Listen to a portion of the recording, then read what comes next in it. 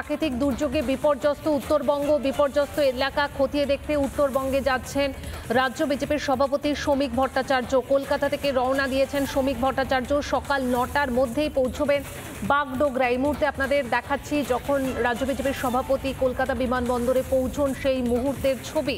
প্রাকৃতিক দুর্যোগে বিপর্যস্ত উত্তরবঙ্গ, বিপর্যস্ত এলাকা খতিয়ে দেখতে উত্তরবঙ্গে যাচ্ছেন রাজ্য বিজেপির সভাপতি শ্রমিক ভট্টাচার্য। কলকাতা থেকে রওনা, সকাল 9টার মধ্যেই পৌঁছবেন বাগডোগরাতে।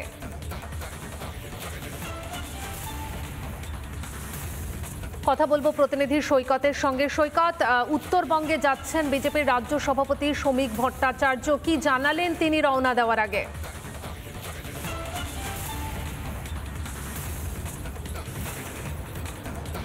কিছুক্ষণ আগেই বিজেপি রাজ্য সভাপতি শ্রমিক ভট্টাচার্য তিনি এয়ারপোর্টে আসেন এবং যেটা জানা যাচ্ছে 7:48-এর ফ্লাইট, বাগডোগরা ফ্লাইট, সেই ফ্লাইটে করে তিনি উত্তরবঙ্গে পৌঁছে যাবেন।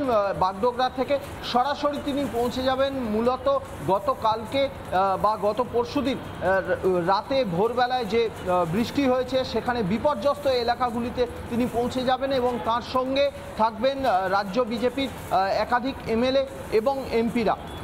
শ্রমিক ভট্টাচার্য যেটা জানালেন যে এই সরকার, অর্থাৎ এই রাজ্যের সরকার উত্তরবঙ্গের মানুষদের পাশে কোনোদিনই সেভাবে দাঁড়ায়নি। যেগুলো দাঁড়ানোর চেষ্টা করেছে সেগুলো শুধুই ঘোষণা সর্বস্ব।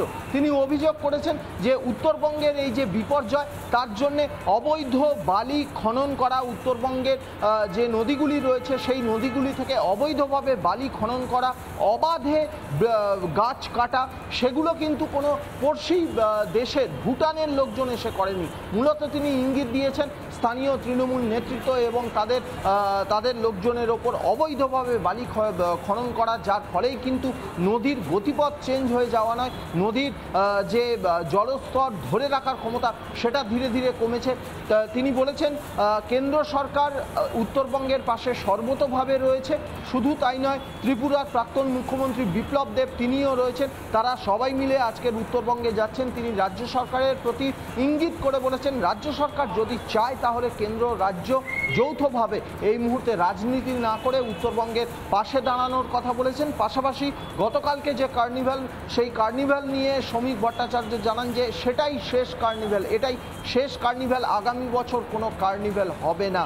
অর্থাৎ কার্নিভালের দিন বা বলা ভালো উত্তরবঙ্গে যে বিপর্যয়, ভয়ঙ্কর বিপর্যয়, গোটা উত্তরবঙ্গ এই মুহূর্তে, বিশেষত পাহাড়ি এলাকায় উত্তরবঙ্গ এই মুহূর্তে কার্যত একেবারে অসহায় হয়ে পড়েছে।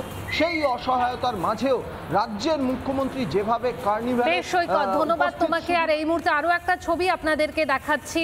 রওনা দিয়েছেন এডিজি এসটিএফ বিনীত গোয়েল, সেই ছবিও দেখতে পাচ্ছেন। এই মুহূর্তে দুটো ছবি আপনাদের সামনে রয়েছে। ডিজি রাজীব কুমার তিনিও রওনা দিয়েছেন। মুখ্যমন্ত্রী যাওয়ার আগেই রওনা দুই প্রশাসনিক কর্তার। আজ উত্তরবঙ্গে যাবেন মুখ্যমন্ত্রী, তবে তার যাওয়ার আগেই রওনা দুই প্রশাসনিক কর্তার। রওনা দিলেন ডিজি রাজীব কুমার, সঙ্গে এডিজি এসটিএফ বিনীত গোয়েল। বিপর্যস্ত এলাকা পরিদর্শন করবেন তারা। এই মুহূর্তে দেখাচ্ছি আপনাদেরকে।